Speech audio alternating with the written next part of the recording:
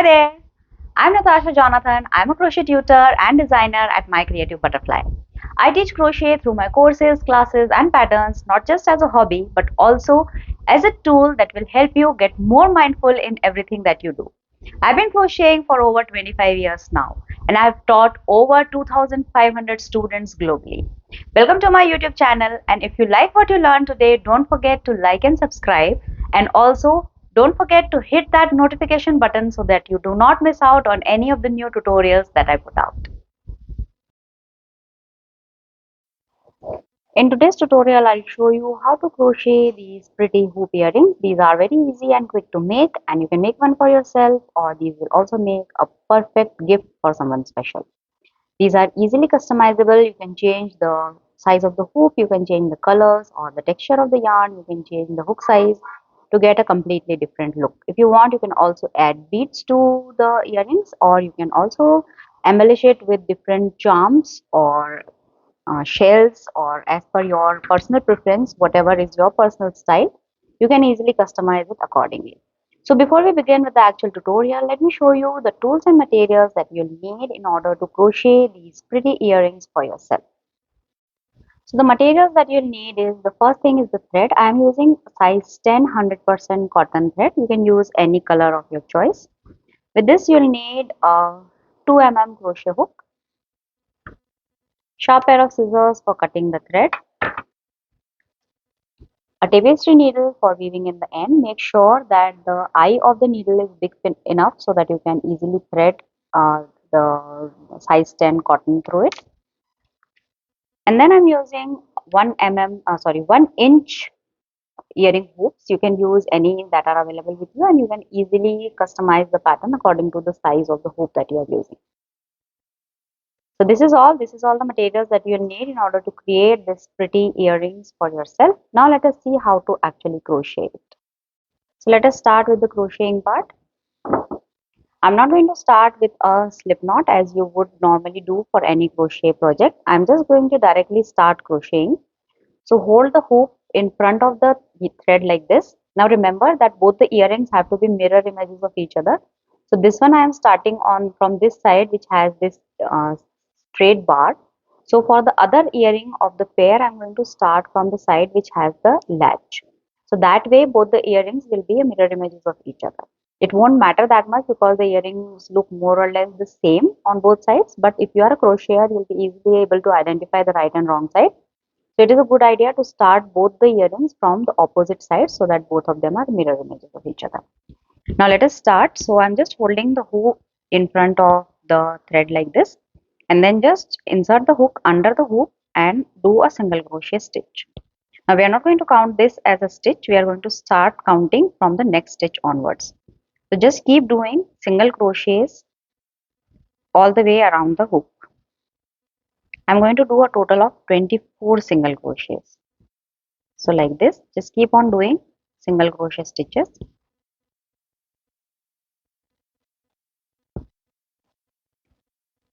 Do a total of 24 single crochets.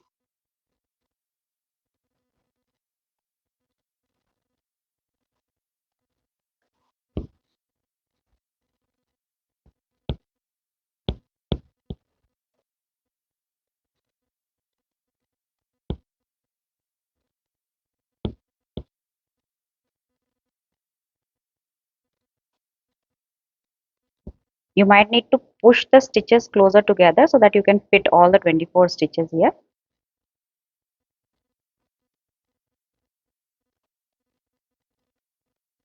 If you are using a bigger hoop, then you might need to increase the number of stitches accordingly. And just remember that you have to do the stitches in multiples of 2. So just increase or decrease the number of stitches as per the thread size or the size of the hoop that you are using. That is the only customization that you'll need. Now for the second row, I'm going to start with a chain 1, then turn the work over, and we are going to start directly from the first stitch itself. We are going to do 2 single crochets, one in each of the first 2 stitches. So do 1 single crochet each in the next 2 stitches. Now I'm going to do a picot. So do chain 3 and do a slip stitch in the front loop of the previous single crochet and this vertical bar here. There are a number of different ways to do picots, so you can choose whichever method you prefer. Do a slip stitch and the picot is done. Now we are going to repeat the same pattern for the entire row. We are going to do 2 single crochets in the next 2 stitches and then a picot. 1 single crochet each in the next 2 stitches. 2 single crochets means you have to do one each in the next 2 stitches. So I'm just going to do 1 single crochet each for the next 2 stitches and then again do a picot. So chain 3 and a slip stitch. Again do 1 single crochet each in the next 2 stitches. Again picot. Repeat the same thing, 2 single crochets in the next 2 stitches. Again a picot.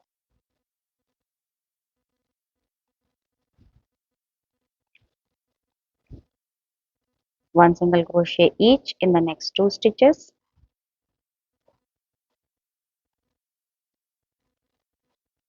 Then a picot. Keep repeating this. We have 24 single crochets in the first row. So in the second one, you are going to have a total of 11 picots. Just keep repeating 2 single crochets picot, then 2 single crochets picot, and we are going to do 1 stitch in each stitch. 1 single crochet each in the next 2 stitches and then a picot.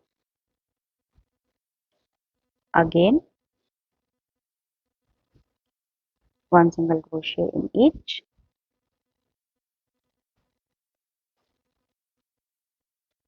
picot.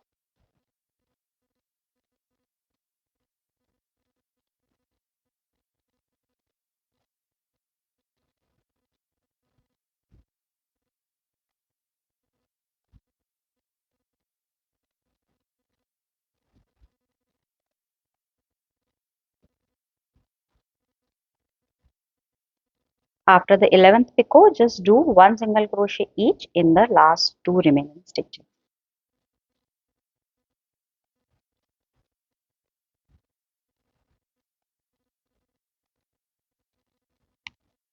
So here the earring is done. Now I'm just going to cut off the thread. You have to leave a long tail around 5 to 6 inches so that you can easily weave it in.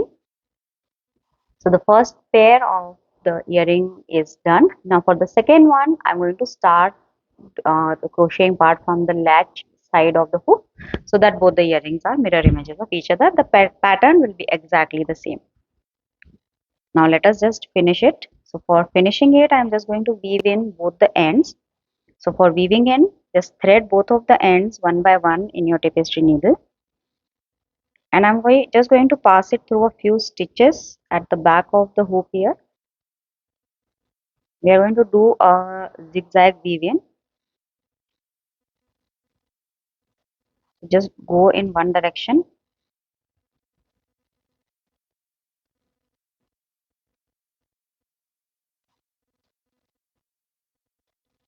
and then go in the opposite direction. This makes sure that the end is nice and secure and it won't come out when you are using the earring. Now just cut off the thread very close to the work. Repeat the exact same thing with the other end as well.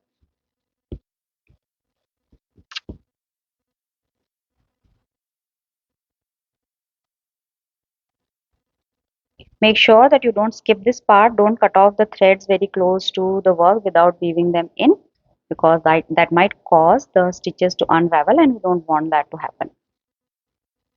It takes a little extra time, but it makes sure that the earring is worth the effort and it won't get untidy when you are using it.